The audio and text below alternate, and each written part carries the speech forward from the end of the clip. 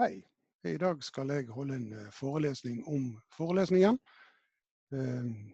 Jeg synes dere bør finne frem penn og papir, sånn at dere kan ta notater underveis.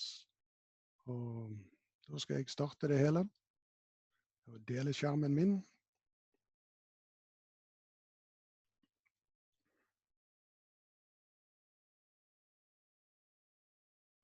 Og det første så slår dere at, oi sann, her blir det PowerPoint. Kanskje ikke alle er like glad i det.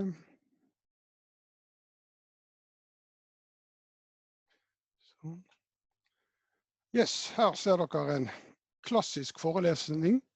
Det tavle, det kritt og ryggen til. Og så kan jo en spørre seg, hva hensikten med en forelesning? Vel, du har et læringsutbytte, og så setter du i gang med en lærer, og så foregår det noe læring. Du har noe støy som blir tilført her, og så kommer det ut det som lært. Og så sammenligner du det som lært med læringsutbytte. Hvis det avvik, så tar du en ny runde. Dette her tatt fra reguleringsteknikk, men fungerer også godt på forelesning som form. Hensikten det altså å fremme læring. Læringsutbytte har du gitt beskjed om hvordan det skal være, så skal du sørge for at læringen skal foregå inn i hodene på studentene. Så kan det være greit å ha noen definisjoner. Sant? Og da det jo bare å finne frem Store norske leksikon, slå på forelesning, og da kommer det. Formen kan ligne på en tale, preken om et bestemt tema. Temaet i dag jo forelesningene. Her ser du en klassisk forelesning. Studentene sitter tettpakket, og så har du en lærer her fremme. Forelesningen kan foregå uten hjelpemidler, med tavle og kritt, men i disse dager også digitalt og nettbasert. Og en av fordelene med forelesning det at publikum får rask tilgang til nytt materiale. Du kan bruke forelesningen som en introduksjon til stoff. Ja, og så det selvfølgelig en effektiv måte å undervise store grupper på. Og så har det jo kommet masse kritikk mot forelesningene, og det jo at våre venner som sitter her alt for passive og lite deltagende. Og skal dette her fungere bra, så må den som foreleser være god. Så finnes det en rekke tips og triks. Denne her boken Håndbok for ferske forelesere, den var så god at den ble revet vekk fra forlaget, så den tom, men du kan kanskje finne den i en brukt bokhandel på nettet. Og så har du Kunsten å formidle, som jeg selv likte veldig godt. Og så det Arild Råheim sin klassiker, Råd og tips til deg som underviser. Trøsten at disse bøkene tynne, så det går relativt fort å lese. Og det finnes en rekke tips. Her altså tips fra Arild Råheim. Jeg skal ikke gå gjennom alt. Nå jo dette en digital forelesning, så en av fordelene at du nå bare kan stoppe videoen, og så kan du lese disse tingene høyt, og skrive de ned, sånn at du lærer bedre. Det viser seg at det å notere, det en veldig god måte å ta inn kunnskap på. Sånt. Ja, så det det liksom hans tips, 12 tips, gode tips alle sammen.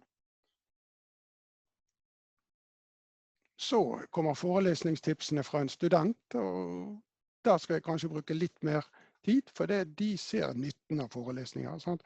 Halve skolearbeidet gjort dersom en følger med. Yes, absolutt. Og dette her jo spesielt viktig. Det kan være lurt å forberede seg av og til. Jeg mener jo egentlig at det burde være lurt å forberede seg hele tiden. Og selvfølgelig blir det kjekkere når det noe en interesserer seg for. Og så vil de gjerne ha praktiske forelesninger hvor det praktisk nytte. Og så skal de tvinges til å tenke ved å kreve respons. Så det noen tips fra meg. Og som sagt, de litt annerledes enn Råheimen sine. Dette basert på egne erfaringer, og det handler om å se det hele fra tilskuerens perspektiv. Hva tenker studentene? Hva det studentene ønsker å oppnå? Jo, de ønsker å oppnå læring. Og pøs på med engasjement og entusiasme. Selv om du ikke er entusiastisk overfor stoffet du foreleser, så kan du i hvert fall late som mens du holder på.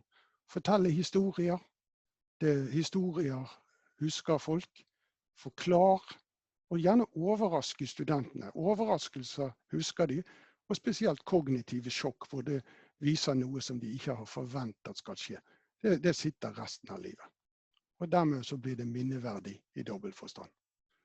Og så sørg for at de er forberedt. Gi de beskjed om at du forventer at de skal ha sett på stoffet før du foreleser. Og så prøv å ha det moro, både for deg selv og for studentene. En måte å gjøre det på, det er også be de klappe etter at forelesningen er over. Det hjelper på humøret ditt, og det hjelper også på humøret til studentene. Og så må du selvfølgelig ikke fortelle om alt det du ikke har fått sagt. Det må du i hvert fall ikke fortelle om. Det får du holde for deg selv. Så er det et lite tips der for meg. Finn denne artikkelen. Jeg skal legge den ut til dere. Dette handler om en artikkel fra Morgenbladet, fra en av våre store retorikere, nemlig Anders Johansen. Og hvis du har ledig stund, så bør du lese talerens troverdighet. Og det handler om å fremstå som troverdig. Og troverdighet trengs inn i forelesningene. Og det tar frimodighet også. At språk er makt, det sitter i kroppen.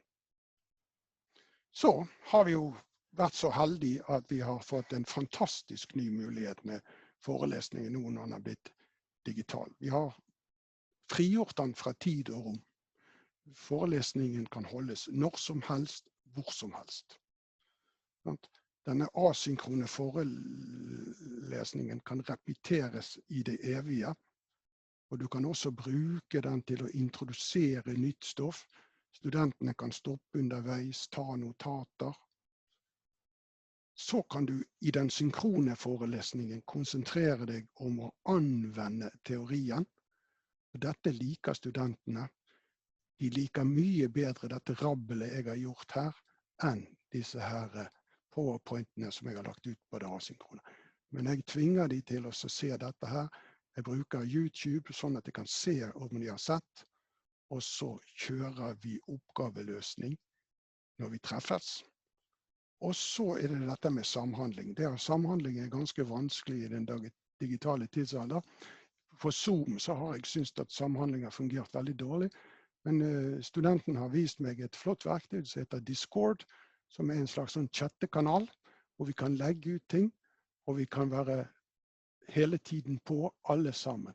Og det som jeg har funnet ut er at denne her chattekanalen, den er inkluderende. Her kan alle studentene være med.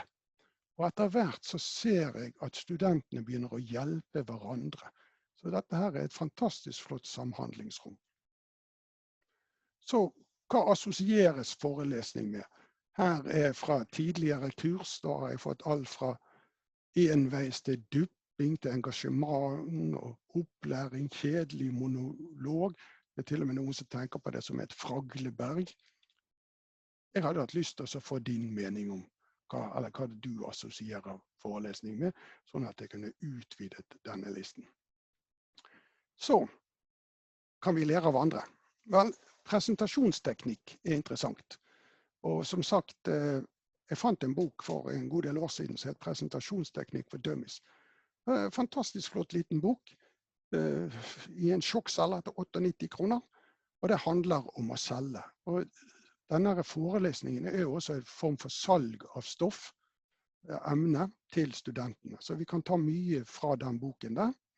Og det første vi kan ta med oss, det er at det finnes 4 elementer. Det som publikum frykter aller mest er at de skal kjede seg på forelesningen. Så hvis du kan gjøre et eller annet sånn at de unngår å kjede seg, kanskje ta med deg noe til begynnelsen av timen som viser at dette kan bli moro, en eller annen ting, noe som har med stoff å gjøre, så startes dette bra.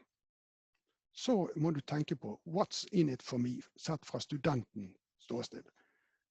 Studenten, han eller henne, ønsker mest mulig igjen av investeringen. Han investerer, eller henne investerer 2 timer, og for den investeringen så ønsker å få noe tilbake igjen. Mange studenter liker forelesning bare for at da kan de sitte avslappet og bare ta imot alt, og tro at ting er enkelt fordi foreleser klarer det bra. Det er litt av faren med forelesning, men vi må tenke på oss å se det fra studentens ståsted, og så gi de utfordringer. Så må vi prøve å vekke nysgjerrigheten, sånn at de synes det er morsomt.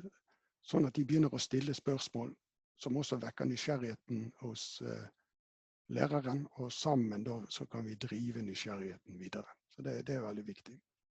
Så er det jo selvfølgelig å levere løsningen. Altså du har selvfølgelig teorien, du har måter å løse dette på, og dette kan du vise til dine studenter. Og så er det et femte element, og det er humor. Her er det fra denne filmen det femte element. Her er det sidekicken som da står for humoren.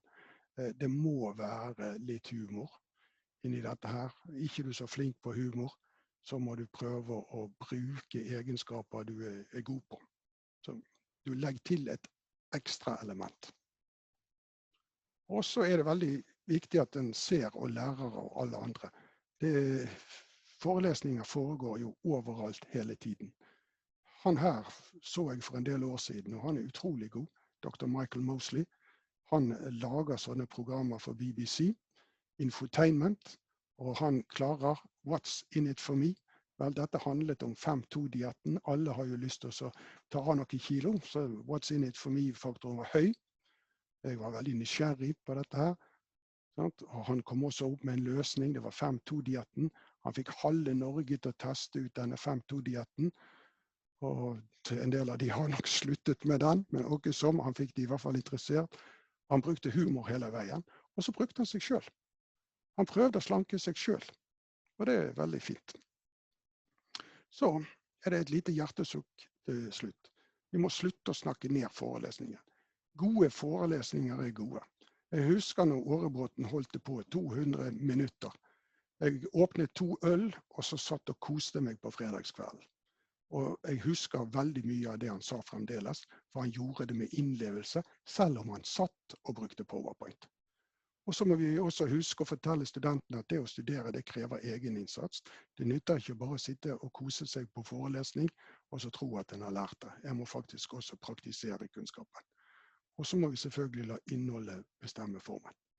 Så mitt oppfordring er jo da, la oss heller forbedre det perfekte, nemlig forelesningen. Hei så lenge.